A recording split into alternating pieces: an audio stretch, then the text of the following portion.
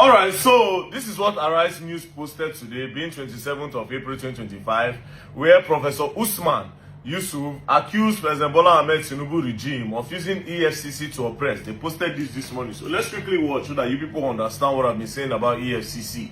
The 29th of January this year, at about 6:30 p.m., my wife came up to my room and said there are some gentlemen that knocked and just walked into the room, dark-suited, walked into the door. They want to see me. They said I'm expecting them. I came downstairs in my jalabia, no hat, and flip-flop. And they said they are from the EFCC. They've come to take me to the EFCC. I said, guys, you haven't even introduced yourselves. So they just brought out their badge and said, oh, they're EFCC. Show me arrest warrant. Oh, we don't need that, sir. Okay?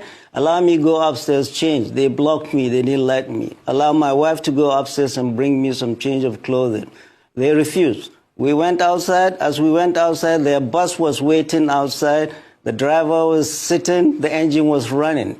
And there were 5 armed mobile policemen, some deployed behind the house, thinking I would run. I'm not a runner.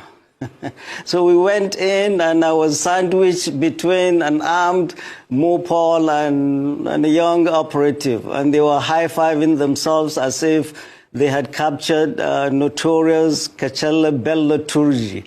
We went to the EFCC, went to the office of their boss, and he handed me a bunch of papers. What are these? These are your charges. Well, I don't need the charges if I don't have my lawyer here.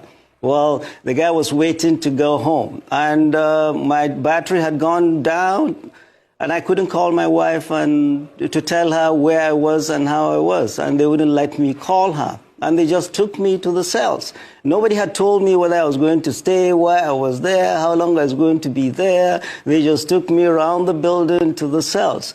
Entered the cells. Well, a lot of them were youth. They recognized me from the previous brouhahas in Nigeria. And they came up to me wishing me good luck and best wishes. I had serious headache because, remember, I had fasted for over 14 hours by then. I hadn't eaten or drunk anything.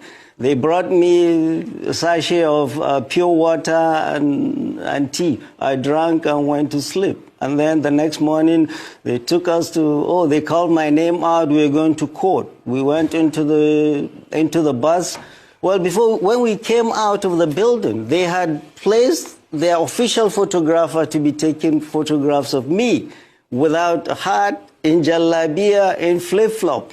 That was when I realized these guys are up to no good. All they're interested is to demean me, dehumanize me, and weaken my spirit. They don't know who they're dealing with.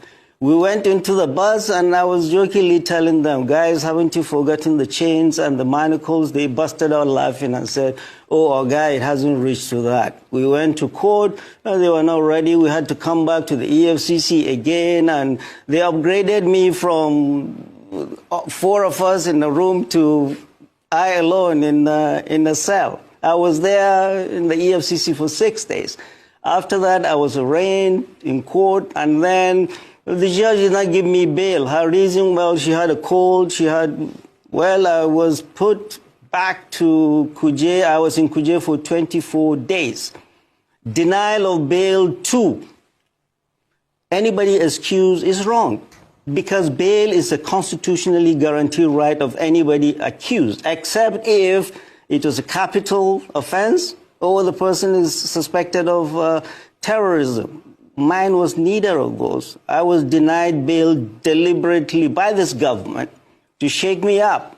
And I was put in Kuje for 6 days and 24 days in EFCC for 6 days and 24 days in Kuje to shake me up and silence me. But no, I'm no one to be silenced. In Kuje prison, I wrote my experiences and told this government that 6 days in Kuje and 24 days 6 days in EFCC and 24 days in Kuje will not silence me.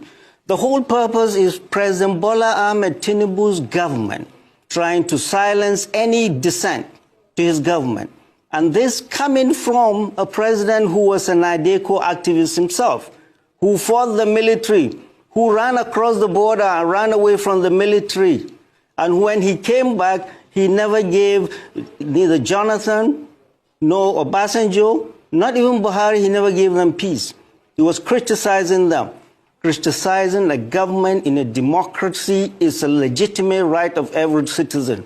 And President Bola Ahmed Tinubu is trying to stifle dissent in this country and is trying to make this country a one-party. Imagine how they would have traumatized this man and his family. Imagine how they would have the corruption of EFCC has literally no limits. Now they are even partisan. So basically now anybody where Tinubu they verse with or APC they verse with, now in EFCC they go pursue. Just take case study. Let's use Okowa own. Few days ago, you came to publish a news that Okowa, that Okowa stole 1.something trillion naira. 1.something trillion naira. That is 999 billion, 1 billion, then another 300 billion naira. Now Okowa carried it. All of a sudden, Okowa just say don't join APC now. Let's bet it. That case will go down. So EFCC are now partisan. Corruption at the fullest. This same EFCC in this country, they know the whole politician. You see Yaya Bello, they don't hold politicians. They don't hold politicians. Now these small boys that they use, they take show everybody say that they work. They'll just go one place, carry students. The other day, the EFCC arrested 105 people. EFCC carried 35 boys. EFCC, all these people that you are arresting, they never do half of what politicians do. But yes, when they use that they feel blank like so now they work. Meanwhile, you people are the most corrupt agency in the country. I seem like this, I gather all my evidence. I gather all of them. They never protest against FCC before. Now me, I did like this. So at the plan stage, the biggest protest against you. You people are corrupt. A lot of you are thieves. A lot of you are thieves, and a lot of you are being used as instruments of politicians to fight each other. There's nothing like Economic and Financial Crime Commission in this country. No integrity, nothing. Thieves. And a lot of them be thieves. Thieves. You're going to learn, and you will learn the hard way. Don't play.